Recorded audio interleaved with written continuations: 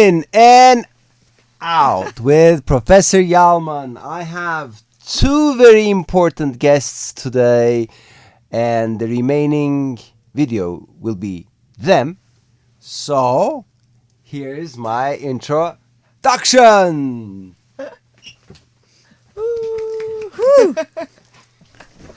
Yes, in and out with Professor Yalman from Radio TED-U, Ankara, TED University Studios. I have very prominent, very charming guests.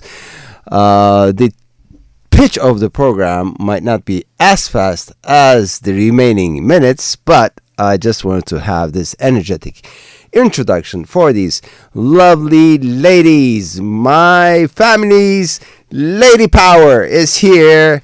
Lal Yilmaz and Semin Yalman Yilmaz is here with us, and our topic is compassion. Compassion. And this word compassion, I think, is being interpreted in a very wrong way, and we will try today to sort of define this word from different perspectives in terms of different fields and different generations. I just want to start off with introducing these lovely ladies, and I'm going to leave the introduction to them, but I have Lal Yilmaz. She is a person who is a painter right now, not in the being of a painter, but a painter. She had her first exhibition, 43 pieces at, what was it called? The place? 8 Holland Street. 8 Holland Street, 43 pieces. She's only 23. She's a graduate of St. Martin's University, and now she's attending the Royal Drawing School in London. And Semin Yalman Yilmaz is, firstly, my beloved sister. I love her dearly, but she's, of course, more than that. She's part of our global society right now with her method and approach to life, which is called Living in the Heart, Kalpte Yaşamak. And but beyond that, she is also integrating compassionate inquiry and yoga and different fields of touching people, not just in terms of physical remains, but also at the very center of our being, which is our heart. So she's a graduate of Middle Eastern Technical University, in the sociology field. She has a master's degree from Emerson College of Boston, and she has attended courses at Harvard University. So very accomplished and very great portfolio under her belt. But as I said, we will be touching base on all of these angles under the field of compassion, which is very much misunderstood. Right, Semin? Over to you. Yes. Well, what a wonderful introduction. It's always good to hear that somebody else is talking and giving, summing up what you did in your life. But most of it, I'm more interested of being myself and allowing myself to be. And compassion came into my life actually when I started my journey in yoga. But I think I was experiencing it, giving compassion to my body, learning how to soothe myself and soften myself in the body. But mentally, I think I was not that much aware until compassion inquiry came into my life. So compassion is when you are in pain, what kind of relationship do you have with yourself or with another person who is in pain? So this is a nice way of you can inquiry, it's not maybe you're in pain, but it can be also a hard time that you are in. Is it right now your key word in terms of your approach of being, and with that being in terms of doing things? Because I know that you do different things. You are not just a compassion inquiry practitioner, but you're an author. You co-authored a book called Kalpte Yaşamak with your dear husband, Professor Dr. Oğuz Yılmaz, who's a cardiovascular surgeon. So they approach the same topic in terms of how you live in the heart from two different angles. It sounds like one is spiritual, one is more scientific, but at the end, we observe in the book that also the scientific mind is also a very spiritual level of narrative. She's also the owner of and the creator of the Niyet Design brand, which is jewelry designed depending on your intention. You give classes, etc. So while doing all these things, is compassion the key word that you sort of try to tap on? Yes, because first of all, whatever I do, I live it. So this is very important for me. What I live, and I share what I live. So it's not just a theory or not just a book that I'm reading. It's also my experience and the transformation I'm going through. And so compassion is guiding me in touching my heart, because one of the values, key elements of the heart is compassion, the acceptance of the heart, in a compassionate way. So how can we really bring this into our lives? Can we only see through our heart if we feel and integrate compassion? Because there are two ways of seeing. We see with our eyes, and we don't just look, but then we see, and then we also see with our heart. So is the carrot is good for eyesight. So can we say the same thing about compassion? Compassion is good for heart sight. Yes, of course. That's right. I just want to come over to you, Lal. Lal with the cap. When you are co-creating art, okay. Of course, there's this huge internal seeing, but also an external observation. But at the same time, there are these feelings which are sort of melted in that pot. And in that process, where is compassion? I think with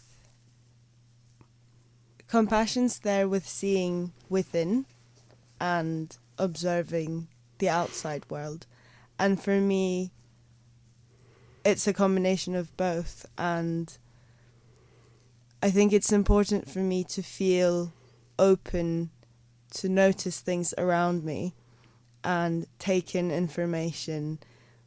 And this can be from the most daily scenarios. Even if you're on the bus looking around, there's actually so much to see. There's so many stories around.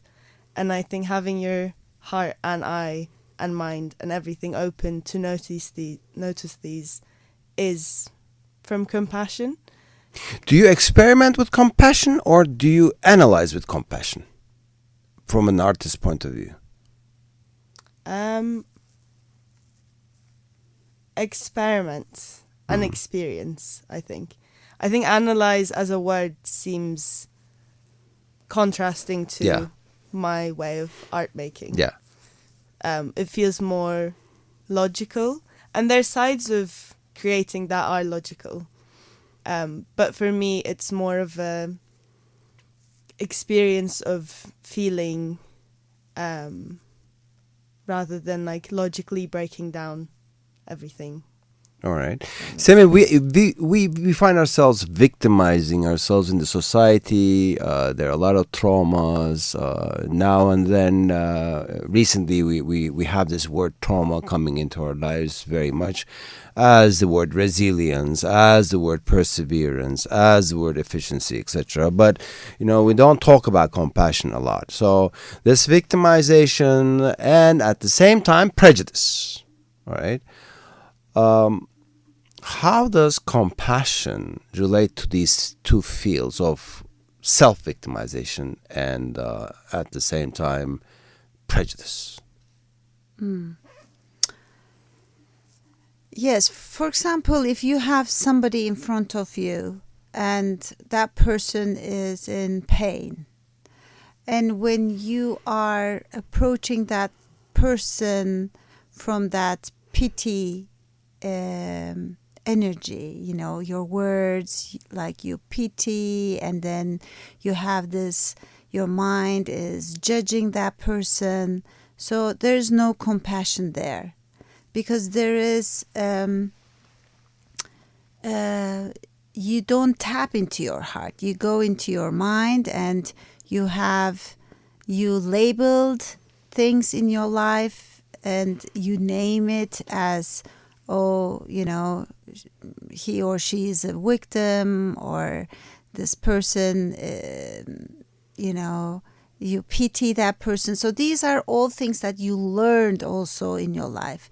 But, and this is also a way of coping, because otherwise it's too much. The pain is too much to hold by yourself, and you didn't learn it when you were young. So that's why you have these coping mechanisms that are protecting you. So, but from a compassionate way, you just stand next to that person and you say, hey, I'm here for you, and what do you need? Approaching that person with a question is much better than giving an advice or talking to that person, because it's all your opinion. But just stay in that curiosity and just ask this question: what do you need? When you practice compassionate inquiry as a practitioner, do you help people to cope or overcome, or neither? Well, I actually, first of all, you understand how you coped in your childhood. So the mind also needs to understand, to see the patterns that you had in your childhood. So, and so when you see those patterns, so you have a understanding of yourself, how you are also in your daily life, how you are dealing with when you get triggered with all these daily in daily life Incidents. Incidents. So overcome, no, but what is very important is that you let that person find inside and the power, because if you have to find it inside, otherwise you are dependent on that, that person will be dependent on me. To find the power inside. So the internal light, internal source. Lal, a lot of people sort of relate pain to a motivating factor of co-creation, also in music. We did cover this in this program, especially like Turkish tunes. Do you agree with that? Are you a fan of pain? I don't think anyone's a fan of pain, but in terms of creation, It's funny because I remember when I was a kid, I was saying, why is everyone creating from like pain and misery and like all of these so-called like negative feelings? And I was like, why can't we create out of joy? I want to create out of joy. But But I think when you're happy, you're more focused on living and experiencing. And I don't really feel the need to express that through creating something. I'm just there in the world as a human experiencing is that happiness. the reason you're choosing London as your base? So you I have think bad it weather helps. and you sit in there and create? I think it definitely helps. I think the kind of gloom of London, there's a mystery in it for me, and that's somehow inspirational. And that was one of the reasons why I didn't want to go, was the weather. But now it feels like that's maybe like one source of material for me, where I think it makes me go more internal. And because a lot of my work does come from that place of internal compassion and creating that space for myself, almost like making the studio a cocoon and kind of living there, creating there. And so if it was sunny all the time, I wouldn't want to be inside. Well, there are painters who went to Jamaica and then or Tahiti and did this wonderful, like Gauguin did that. Anyway, I'm going to come back to that, but I want to go to Semin right now. Does compassion and joy go together? Where is joy and compassion? We covered the pain and Yeah. prejudice and etc. But Well, actually, it's so interesting. We all have these inside, like joy, or joy. We think that joy is outside, but joy is inside. So, for example, during the sessions in compassion inquiry, we let the client experience the victory inside. I see. So when the victory is being felt, then the joy comes out, because then you are like, yeah, and it's not like big things, not a big victory, not the big accomplishment, but small steps, small things that you get the felt sense of victory, and then the joy comes naturally. So self-rewarding yourself, and that self-reward sort of triggers joy in a way. Can we interpret it like that? You're self-rewarding yourself as you go and valuing. Actually, yeah. Value. It's giving. It's more giving the value. Like.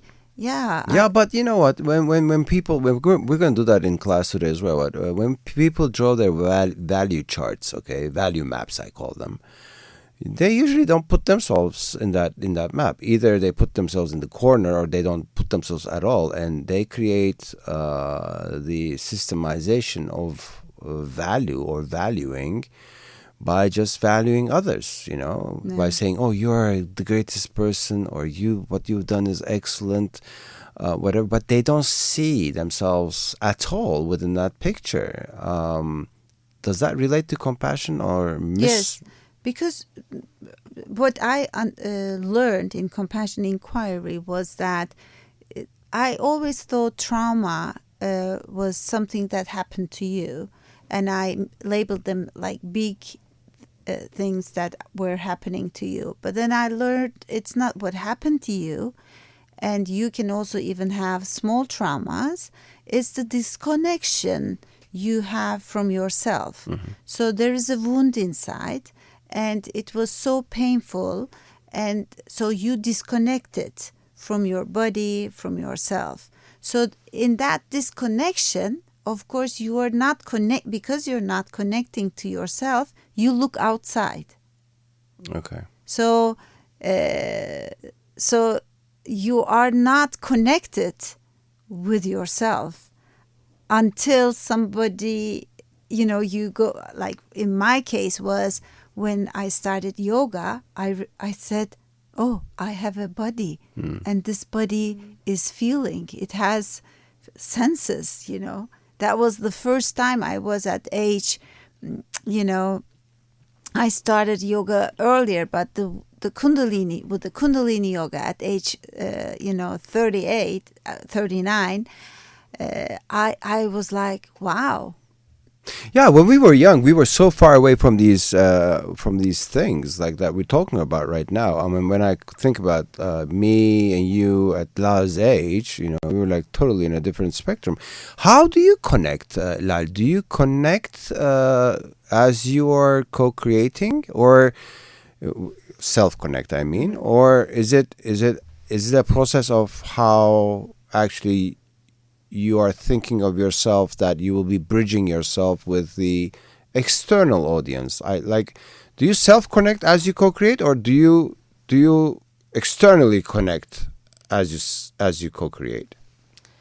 I don't think I externally connect thinking of people who might see this work, or people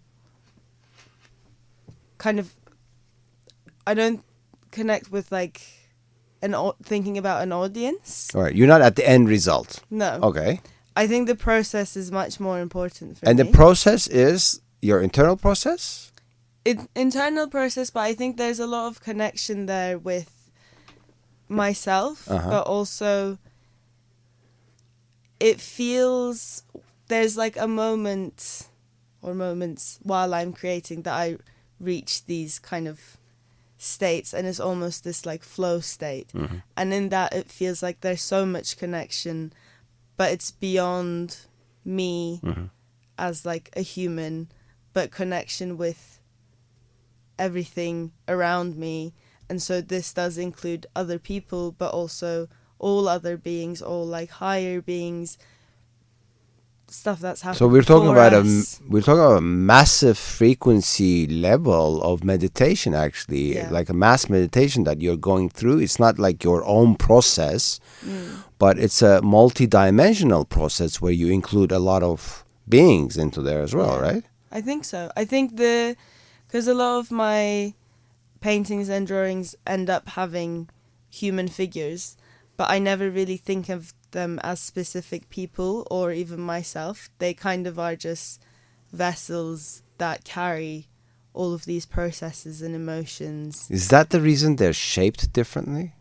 Like in most of the painters, we see that. I never, after a certain age of painters, like especially after the classics, I would say the expressionists, especially, or surrealists, whatever. You never see this vessel we call the human avatar as we would see on a photograph. You know, is that the reason that you sort of put a dimensional difference on it, or did you ever think about this? Yeah, I think before thinking about like photography as well, painting more realistic portraits or figures was kind of, I guess most of the idea was capturing the image of this person, because photography didn't exist or wasn't that good. But now that photography is there, I personally don't see observation and drawing from observation is very important to me. But in terms of accuracy of getting exactly how someone or something looks isn't something that concerns me at the moment. It's more about the feeling. And so I always say, like, also, I don't try to, and this is not, I don't know if this is something I've accomplished or yet to accomplish, or if I ever will, but it's this like quest to, instead of defining things, instead of finding definition, to capture feelings. And so this is like my feelings or external, and kind of creating this collection. Yeah, we see that in Cubism as well, and in Botero as well, the fatty figures, whatever. Semin, I want to ask you, as you're doing these Niyet design beads, okay, as you are putting this intention that you receive from an external being, a person that you don't know, or even a person you know, and as you're co-creating, how much of a compassionate state of being you are injecting to that? All of a sudden, because as you're doing the compassionate inquiry sessions, there's somebody over the at the end of the microphone, all right?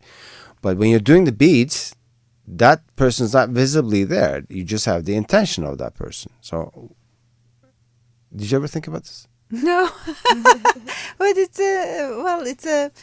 well, when I, it's a good question. Now I'm thinking, and sometimes I'm in the flow, and I just finish it very quickly. Sometimes I need to pause. So, and for example, especially when I design them for people who are very, like they tell me, I want, like, they have a certain type of taste, and they give me a lot of details, Directives. then I get like that perfectionist part of me is showing up, and it's like, oh, the belief comes like, would she or he like it? There all of a sudden this concern. Yes. But yeah, but that too. But you know what? The source, the quell of my question is more like, because these intentions have a lot of pain and hope and whatever in them as well. Like my intention, I wanna give birth. I wanna get pregnant. I want to be rich.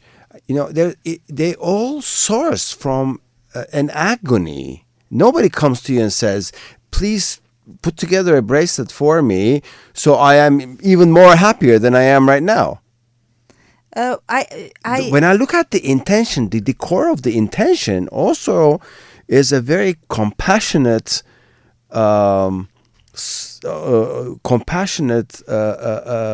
reasoning or compassionate inquiring. Actually, the person starts the intention with the inquiry. Yes. So I ask, when it's like I want to give birth, all these things, I ask them, so how would you feel when you give birth? So I'm more interested in the outcome of it. So because otherwise it's like not what this person is going to do. It's more the felt sense. And because when you carry this bracelet or that necklace, you start to have a dialogue, a relationship with that. So it is, for example, the one I'm wearing right now, it's about stability and strength. So I have this relationship with that. So it's also sort of a aid energy. Yeah, it's in a way, elevating. Yes. It's elevating me, or it's soothing me. Something that I feel good to have. That it's like when you have a toy, right? When you were little. But as you're doing this sessions, the CI sessions, compassion inquiry sessions, that's a session. But as you're doing the beats, do you think that's a session as well with that person not being there?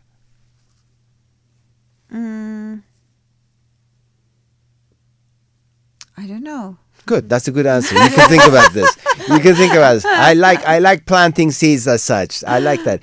So, Lal, where are you going with this entire journey of being a painter? Are you going to go to different countries? Are you going to go and, investigate different styles?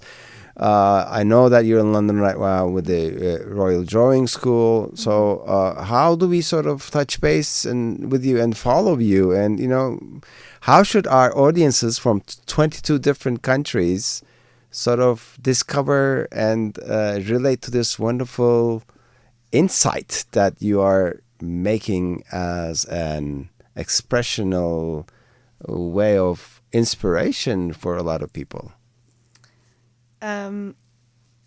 I think that I don't know answer's good, but I will answer more. No, I don't know is good. I think don't know. it's just like, yes, I'm at the Royal Drawing School. That ends in December, so I'm in London for the moment. I want to stay, not forever, but for a while.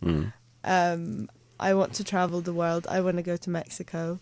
That's one place Mexico. that I feel like, I don't know why, but I feel like I should go to. And yeah, I just want to experience and be open to experience. And I gave you a book recently that was Rilke's, like, have you read this book?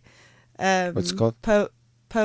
Letters to a Young Poet. Of course I did. And in that, he says, live the questions. Yeah, live the So questions. that's how I feel right now, because I can plan, but the plans usually don't work out the way. So I'm just going to live see how it works. That's a good statement for our program. Hey, live the questions. I always end the program with, don't make anything become an expectation. Yeah. Also, Okay. even like calling myself a painter, So, I don't do that. I call live- myself an artist. I love calling you a painter, but yes, you're not an artist. Live the questions. Live the questions, guys. Live it. Yeah, Semin, I left the best part to the very end. You co-authored this book that you've been talking about for years. Since I have witnessed your yoga journey and witnessed your journey in the camps, some of them together, you know. She's my guru, by the way.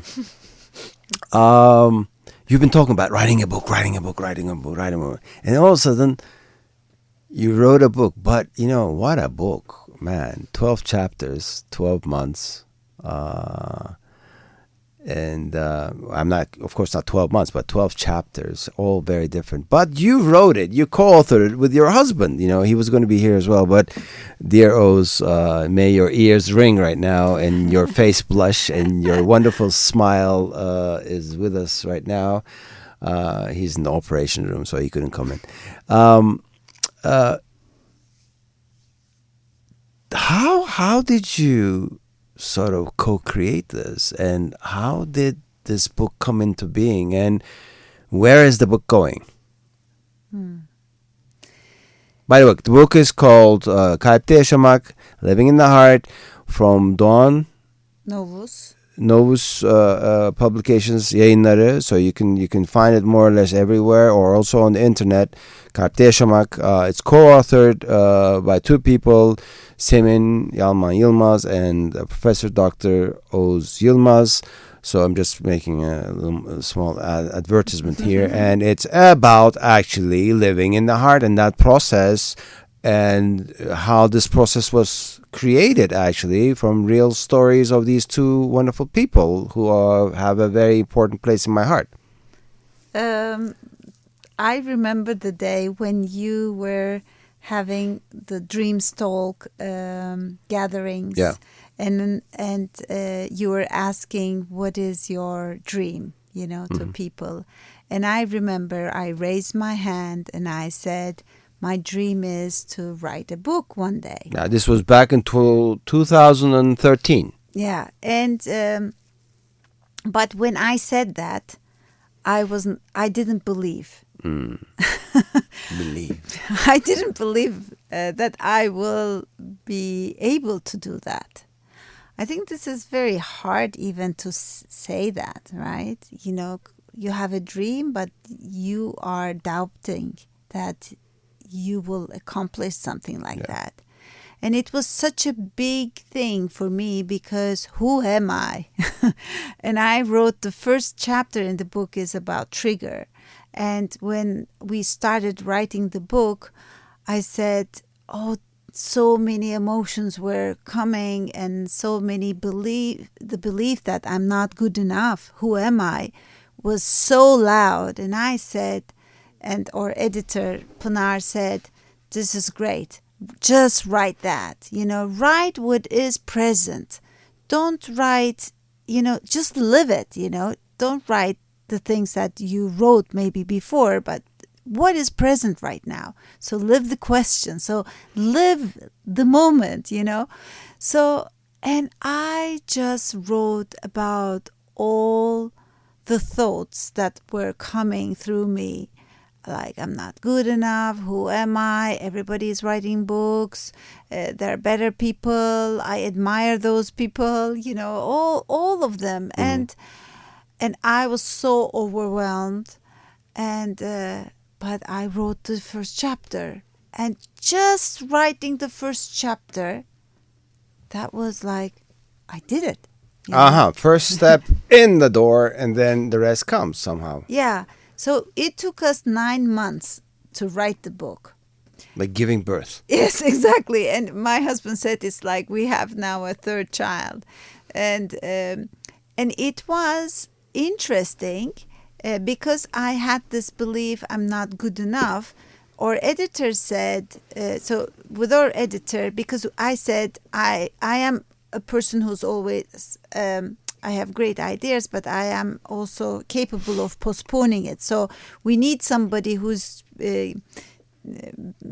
letting us come back to what we started. So a motivator and exactly. triggering Just person. be with us and just be, it's like in compassionate inquiry. Just be with me, while I'm going through it. So I'm not alone. So she was there like that. And then she said, you know what? You both should write each chapter. I mean, we planned that. We're going to write each chapter in a differently. One he's writing and one I'm writing. But she said, don't read each other. So you didn't read each other until the book was published? Yes. And that was a perfect idea. So the because chapters... I would get, I know myself. I would like, oh, he's writing better than me. Wow.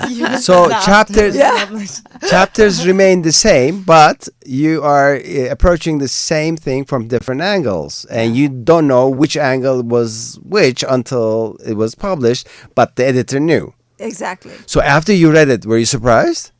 Or yes, were you like... he wrote so well. And I'm like, why didn't you tell me? Why didn't you tell me that you're going to write that story, And no, I also think a lot of the stories were very similar. Like from what I've read, I remember like even though you're coming from different perspectives, there's actually so much that you've like it connects in this. Why would one buy this book? Why actually, wrong way of stating that question. Why should a person buy this book?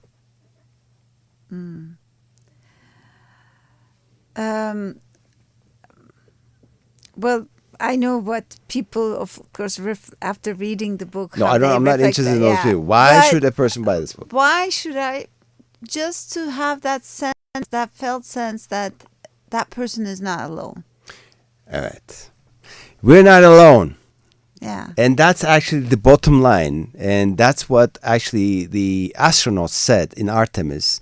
They looked at the world. They said, we are all together there. We're in this vessel.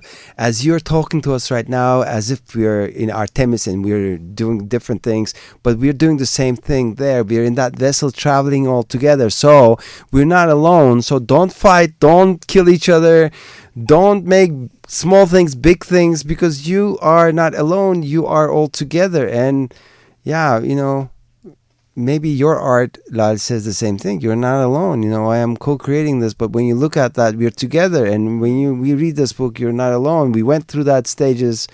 And when you're doing your compassionate inquiry sessions, all of a sudden maybe the main feeling is at the other end, hey, I'm not alone. Somebody's listening to me. Yeah. And also, I want to add something. I got inspired. A lot of people came to me, said, listen, I also want to write a book. Where should I start? So I love that inspiration, because I'm also looking for people who can give me inspirations. And so that was very nice that I was able to inspire them. Second was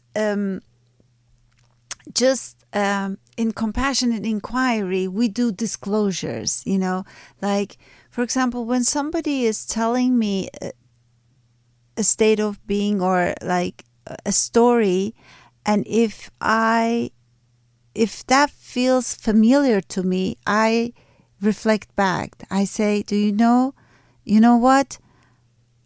I'm also going through this, or I went through this, Then this person is not looking up to you, but we are connected. So this is, because we are looking so up, people think that I'm perfect, or I overcome everything. But when I do that disclosure, I say, we're all human. You are a human being. I'm a human being. Yeah, like that movie, people look up, and then we always say that in our culture, we say, don't look always up. There's also people below you, whatever. But level it, man.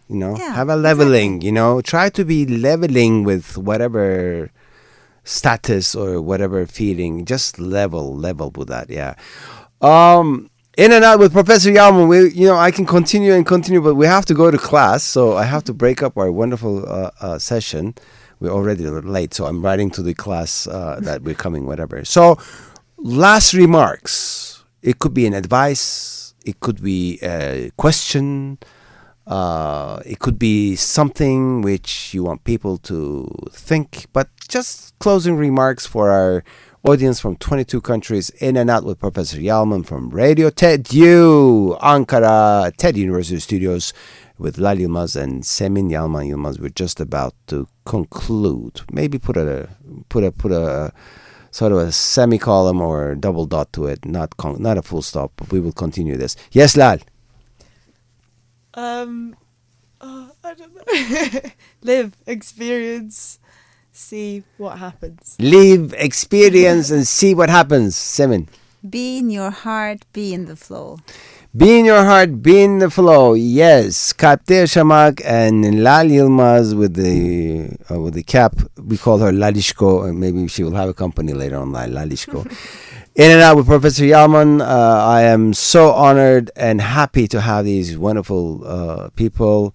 Yes, we spoke about compassion, but we spoke about compassion from different angles, 2 different generations, and 2 different co-creators here in different spectrums. Again, don't make anything become your expectations, and make sure that you are there within your own reasoning, but do that reasoning with happiness as well. In and Out with Professor Yalman from Radio TED-U, TED University Ankara Studios. We'll be together next week with a different theme and topic and wonderful guests.